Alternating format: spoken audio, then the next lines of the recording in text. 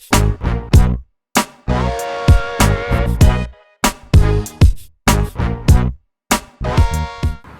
back to Campus 101. Remember, before the break we were speaking about leadership, and welcome back, guys. I wanted to ask, these Senate meetings that I hear leaders going to, what do you guys discuss in those meetings? What are the meetings all about? Yeah, thank you. The Senate generally is the governing body of a university, and it comprises generally of the Vice Chancellor, the Deputy Vice Chancellors, a few registrars. Generally it's the governing body of the university. And probably in campus, students, every time you hear Senate meetings or you're summoned to Senate, everybody gets this thrill, the blood rush. It's probably going to be a suspension, an expulsion. So I would, for those who of course went to high school, I would liken it to the board of governors back in high school. Yeah, those who run the school and actually make very important decisions. For the Senate, apart from running the school, there is a Senate disciplinary committee which now deals with discipline of students, riots, exam irregularities, among all those things. So the Senate generally is a body that governs the university. Okay. Yeah. Anything to add? What I can say is that not every student leader will sit in the Senate meetings. Yeah, we have specifics. We have the chairman and the secretary general, and if it's matters pertaining academics, we can have the academics director. Unless maybe it's an issue touching on another docket, then they'll request that particular student leader to attend the Senate meeting. Yeah. What about after the leaders have been elected, and there has to be a way forward, right, to be discussed? Do the Senate meetings come in hand? What I can say is the newly elected student leaders are introduced to the Senate, and then thereafter you have an induction where you're told on what to do, what not to do during your term as a leader. Yeah. So that's just it. Okay. And what are the benefits that student leaders enjoy? Benefits are very many, of course, with their downsides. One major benefit is, personally, if you're looking to venture into politics, it's a way of you getting groomed, getting nurtured, getting trained. And maybe another benefit is, with campus politics, you get to have a few allowances here and there. You get to manage budgets, not to steal, rather you get managerial, managerial benefits, and you get to understand how to run a few budgets, how to run committees, So another benefit is the housing. We all know how campus is hectic and living so many people in a room. For student leaders, you get to have your own room, with good services. Yeah, so I would say the benefits are really nice, and chances are, if you're a student leader, you easily get scholarships, because with most of these universities, they don't just focus on education, co-curricular activities, leadership, sports. So if you venture into student leadership, you're actually creating a wider base for you to get some of these scholarships. Yeah. Just to add on what you have said, I believe that being a student leader in campus, it's actually a stepping stone for whoever wants to be a politician or a leader in the coming future. And besides what he has mentioned, I think another benefit is you create a lot of opportunities for yourself, because actually you network a lot, because going into a meeting or a conference is just stating that you're a student leader. It's enough, it's sufficient. Or the mere fact that, like for example, when Barack Obama came, we had invites being sent to student leaders to attend that conference. In all universities, there were representatives who attended the meeting. So it really helps. Okay. Yeah. Do you find people now? You wanted to add something? Okay. Do you find people now who scramble for these positions without necessarily wanting or having the skill to lead? Do you have instances maybe during your time where someone has just been there for the sake of the benefits and is not seen anywhere working? Do you find that? It happens, of course. Just in the national government, we have people scrambling for political positions, and people have different reasons for getting into leadership. Some want to serve, some want the money, some want the fame, some want the various benefits you can get. But in student leadership, there's a very fundamental question that always pops up. Anytime you want to vie, you want to get into this leadership, there's always that question that you ask yourself: what really inspires you to get there?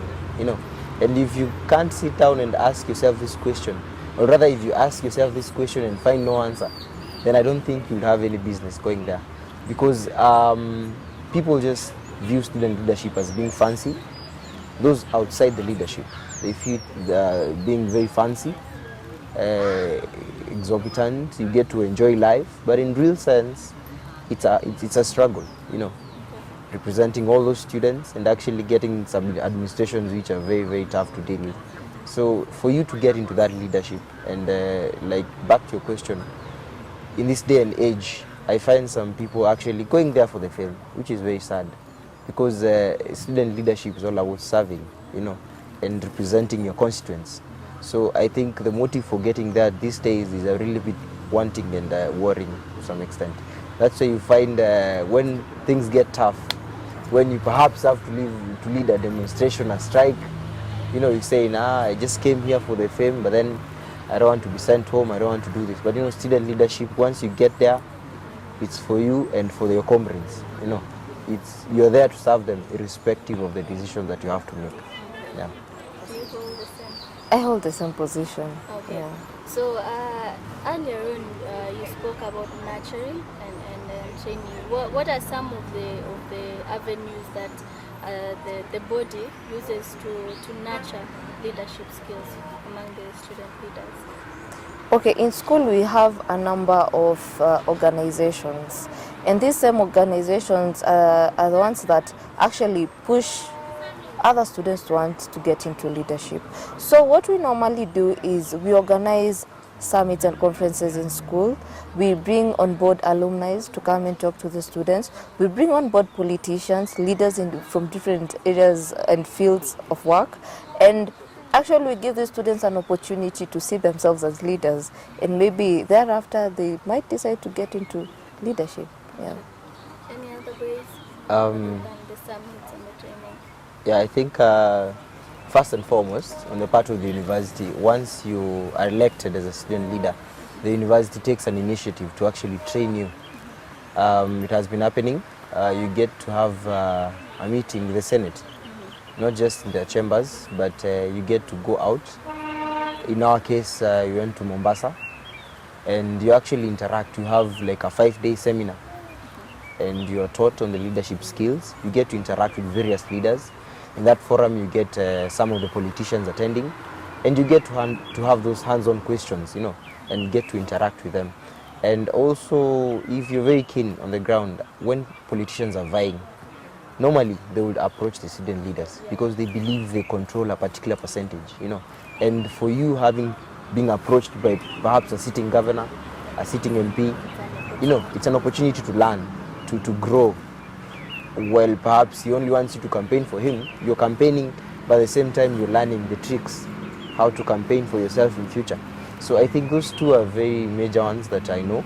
And apart from those, you just get to learn the tricks of the game the other time. What about meeting with other student leaders from other universities? Do you get the opportunity to interact with them?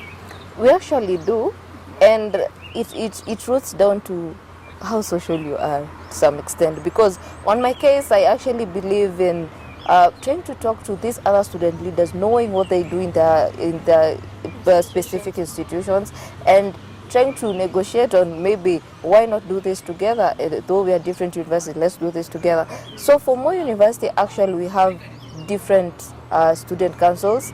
Each campus has its own council. So what the professor did, the current acting vice chancellor did, is we had a conference in Nairobi where we got to interact with each and every student leader from the particular campus. Yeah.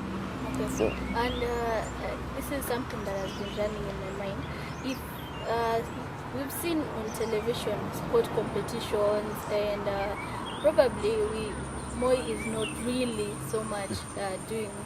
Whose responsibility is it to ensure that the sports docket is active, for example? Well, when it comes to responsibilities, each docket has a responsibility, and that I would place on the sports director. What about if the sports director is not? Now here is where the chairman comes in. As a chairman, you act as a supervisor to your constituents, to your fellow directors. You allow your directors to do their functions, but if they do not do so, you have to come in. And when it comes to perhaps more university in sports, I would say perhaps the university can avail facilities. It can give their fields, But the problem is, do you have students who want to venture into these sports? Do you have willing students who want to participate? So you can actually give these people a chance. You can give them the facilities, but it has to come from within the students. As the chairperson, my work is to ensure that the sports director is availing all the facilities, is encouraging the students, creating awareness. But beyond that, now it has to be for the students to come in and actually pick up the sports and do that we wish to do. Yeah. You talked about leadership being a calling to serve. You have to serve the students. I mean, at the end of the day, you're also in campus and you're supposed to study. So then, how do you balance the two, serving and studying? How do you balance? What I can say is it all narrows down to discipline. As a leader, you know that you have obligations, you have duties. You have to serve the comrades. But again, why would you serve comrades if you cannot serve yourself? The mere duty that you've been given is you're in school, you're supposed to study. So what you're supposed to do is have discipline. If you know you're going to do a particular maybe conference in school or outside school, then you should know the time that you're supposed to try and recover for the lost time. Perhaps you've not attended classes, you've not done a cut or two. So you're supposed to know when you're supposed to recover and just do it, because in any case, before you're a student leader, you're a student. Right. And as a student, you have to work hard, you have to study. Yeah. Okay, to cut to Solomon, what are some of the challenges that you guys experience in leadership? Challenges in student leadership are very many, but I'll just focus on three major ones.